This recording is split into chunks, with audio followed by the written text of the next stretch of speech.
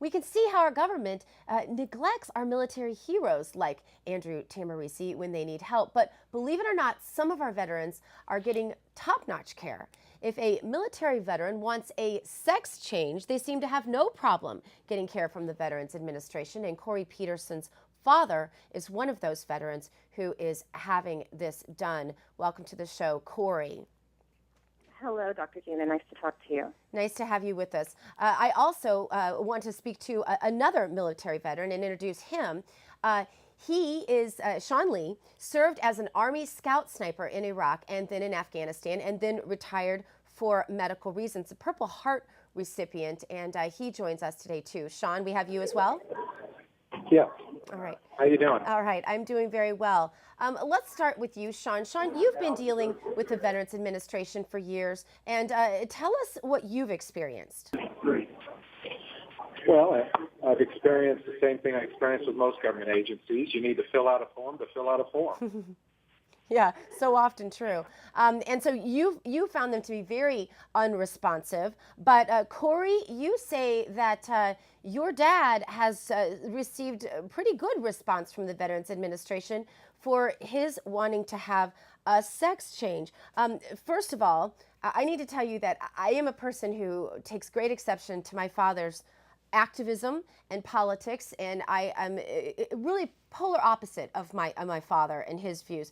And I think that I don't want to define you. I'll let you define yourself, but I at least want you to know I'm sympathetic because I also know you are a conservative activist, and your father is having the Veterans Administration pay for his sex change. Tell us about that.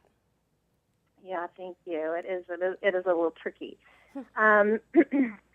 Well, I don't know what kind of speed this is all being done at. He came out kind of publicly with it just a little over a year ago. I've known for about 2 years.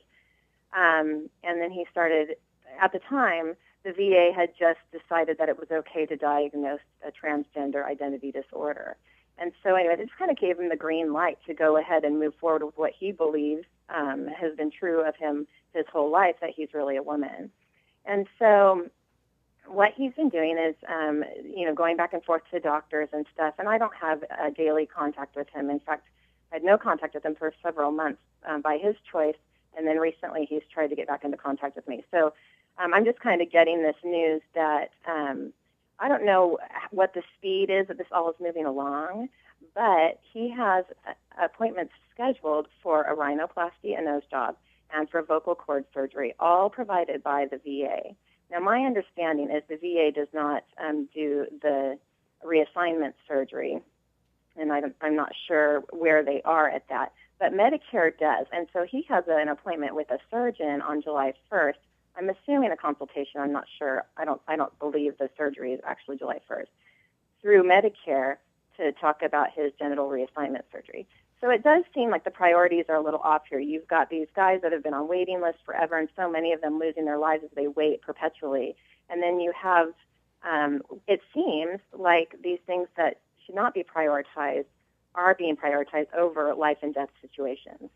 So taxpayers are going to fund all of this, and the Veterans Administration doing the rhinoplasty. Is it common for the Veterans Administration to pay for rhinoplasty surgery? If people want plastic surgery, the VA pays for this normally, or is this just because it's a gender reassignment issue, as you put it?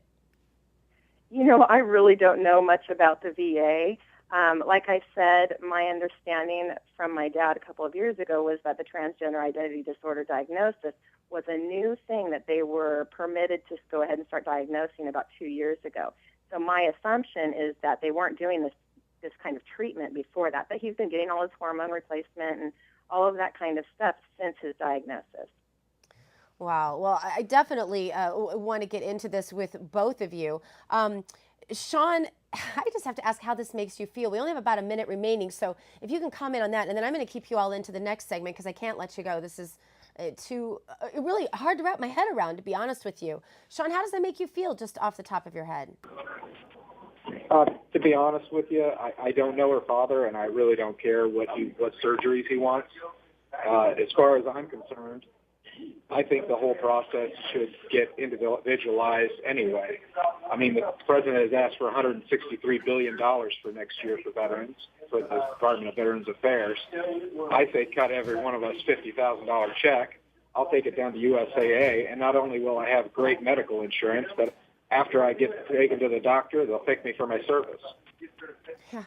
Yeah, well, I should have said that right off the bat, Shawn. Thank you for your service. We're going to come back with both of you, Corey Peterson, Shawn Lee, more Smart Life with Dr. Gina, talking about these issues right after this.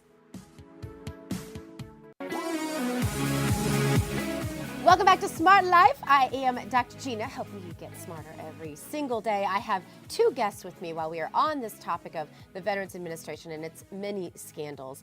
I have Corey Peterson with me. She is the daughter of a veteran who the Veterans Administration is paying for his sex change, and you contrast that with my other guest, Shawn Lee, who is a decorated veteran and a Purple Heart recipient who has been through hell and back, really, with the Veterans Administration and has a lot of stories to tell about it aside from his own, who can't get the attention of the Veterans Administration. I told you I spoke before a group the other night in Temecula, California, that told me that there are hundreds of veterans with missing limbs, veterans going back as far as World War II, who don't even have appropriate wheelchairs. And this is a private charity now that is functioning to try and fill that need because the Veterans Administration just doesn't respond. You get your rejections fast. I guess you can get your sex changed quickly, but if you have a real medical need, the Veterans Administration goes AWOL. Shawn, I want to go back to you for a moment. Tell us in particular what they've done to put you off. Well, it really started when I got out of the military. Mine is a common tale. You get out of the military with, a discharge percentage, and it is wrong most of the time. I have seizures, and I've had seizures since 2006, and they really didn't get out of control until 2010 while I was deployed. I went through the medical discharge process. It was a 2-year process, and they just did not figure it out, and they did not figure it out because I had no continuity of care, and I had no quality care. I had a new doctor every 2 weeks. At one point, I was put into a coma, chemically induced coma during the seizure, and I had to be life-flighted to Vanderbilt University.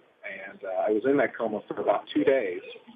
And when I got back, my command had revoked my driving privileges, so I had to ride a bicycle on the post to my primary care manager appointment, where my doctor told me that because the EEG of my head had come back without the electrical spikes, that I did not have any epilepsy. So I had faked the seizure that had put me in a coma.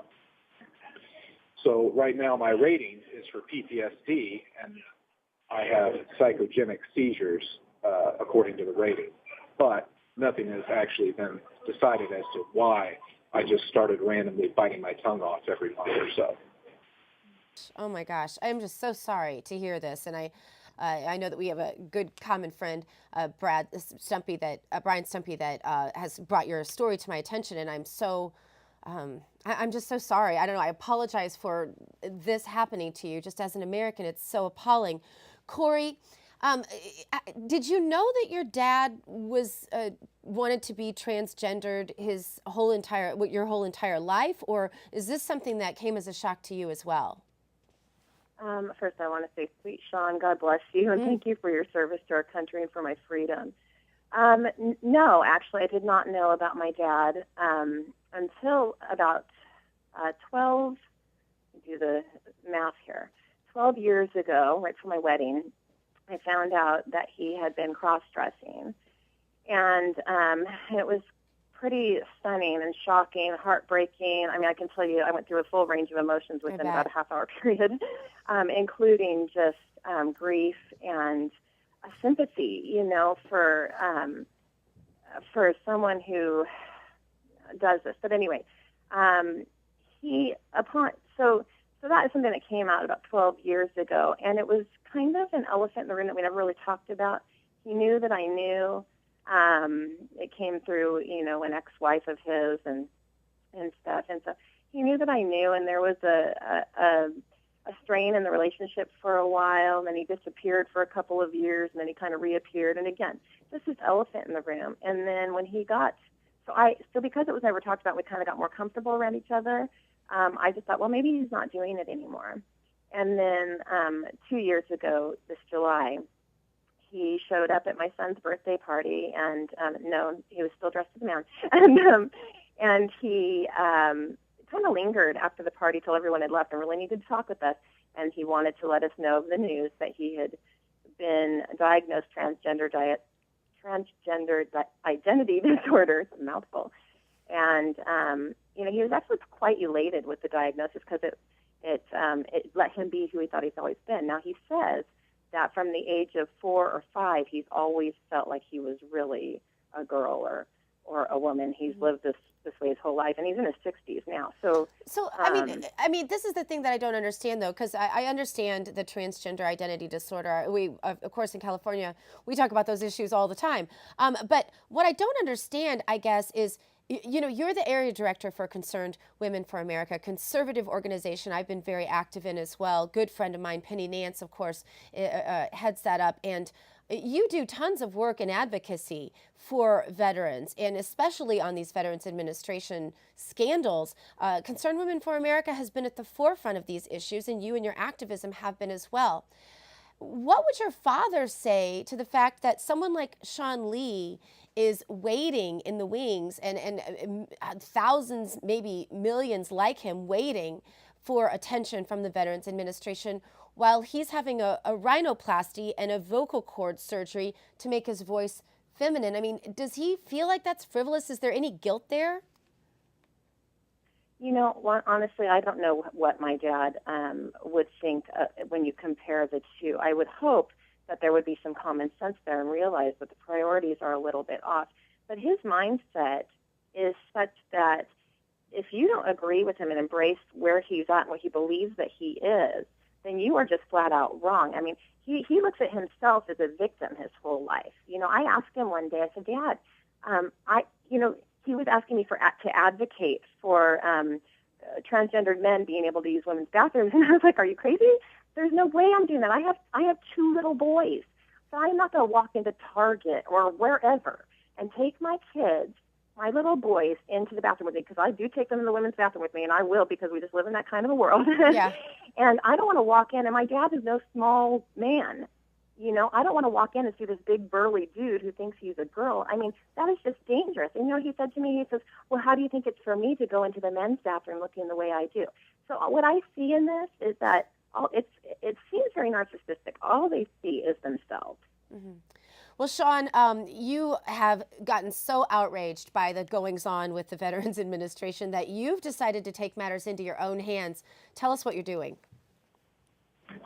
Well, I was midway through the medical discharge, and I obviously needed a new job because they weren't going to let me go overseas anymore. Can't really have a machine gun and have a seizure.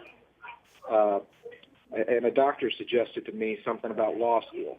And I looked around at some of my fellow soldiers who were going through the same struggles as me, and I looked at the doctors that were completely immune from the courts because they were either working for the Army or the Department of Veterans Affairs. And I just decided, hey, I think I'm going to go to law school and I'm going to represent these people and try and give them a voice and try and get the courts to get them some justice. Yeah. Because I have a unique insight perspective to what's actually going on.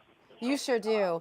Well, Shawn, we wish you the best in law school, and we thank you again for fighting for our freedom and doing so honorably. And we will stay on this. I'd like to have you back. I'd like to have updates from you. Corey, I want to thank you as well, Area Director for Concerned Women for America. You can find her at Psalm30V11 on Twitter. And Shawn and Corey, thank you so much for being with us and shining a lot of light on this very, very complicated situation we are in culturally. Thank you so much for being with us.